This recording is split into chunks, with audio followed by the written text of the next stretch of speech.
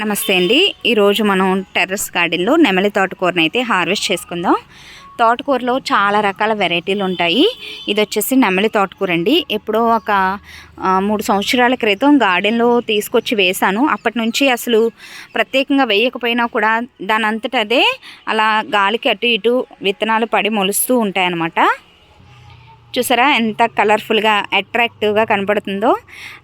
Taste కూడా బాగుంటుందండి. పెంచుకోవటం కూడా చాలా సింపుల్ అనమాట. ఎక్కడ ఆకుల మీద కూడా ఎక్కడ రంధ్రాలు పట్టడం కానీ పెస్ట్లు కానీ ఏమీ లేవు. చూసారా ఎంత హెల్తీగా ఉందో. సో దీన్ని కూడా మనం ఎప్పటికప్పుడు హార్వెస్ట్లు తీసుకుంటూ ఉంటే మళ్ళీ కొత్త చిగుర్లు అవి వచ్చి హెల్తీగా పెరుగుతుందనమాట. సో ఇప్పుడు ఈ నెమలి తోటకూరని అయితే హార్వెస్ట్ చేద్దాం.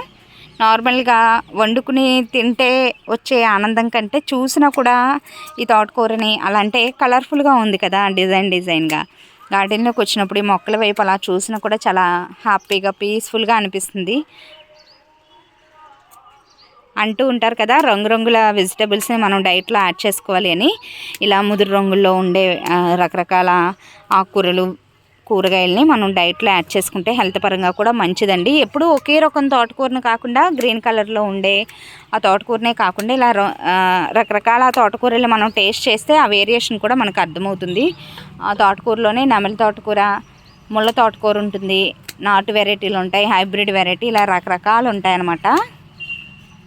సో ఇదొక రకం తోటకూర అండి. చూసారా మళ్ళీ కింద చిన్న చిన్న మొక్కలు కూడా ఉన్నాయి. మొత్తం కట్ చేస్తే మళ్ళీ కొత్త చిగుర్లు అవి వస్తాయండి. ఇది ఒక చిన్న వీడియో లాగా అప్లోడ్ చేద్దామని ఇంతకుముందు హార్వెస్ట్ వీడియోలో నేను పెట్టలేదు. తెలిసిన వాళ్ళకు కూడా ఇస్తాను. పప్పులు అలా వేసుకుంటారు.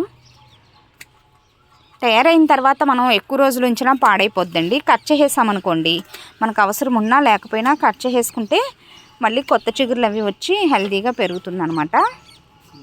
నెక్స్ట్ అటువైపు ఇంకొక కుండీలో కూడా ఇలాగే ఇవన్నీ కూడా అసలు ప్రత్యేకంగా వేయకుండానే వాటంతట అవి గాలికి పడి మొలిచాయండి.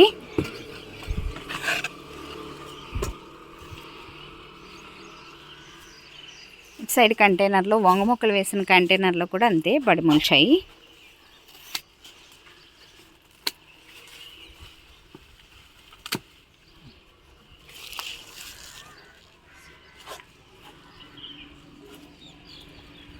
ఆకుకూరల్ని చాలా సింపుల్గా మనం కంటైనర్స్లో పెంచుకోవచ్చండి.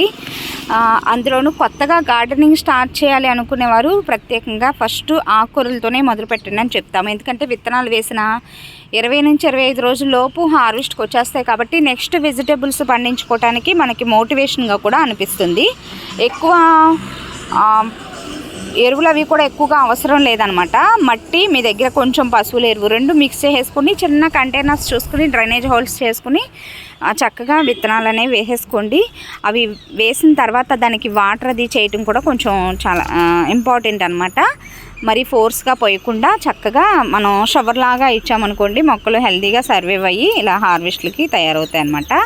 ఇదండి ఈరోజు వీడియో నచ్చితే లైక్ చేసి ఛానల్ని సబ్స్క్రైబ్ చేసుకోండి. ఇదొక వెరైటీ తోటకూర లాగా ఉంటుంది అని చెప్పి అంటే నార్మల్ మనం గ్రీన్ కలర్ తోటకూరని ఎలా అయితే పెంచుకుంటున్నామో సేమ్ అదే ప్రాసెస్ అనమాట. దీనికంటూ ప్రత్యేకంగా ఏమీ మనం శ్రద్ధ తీసుకోవాల్సిన అవసరం లేదు.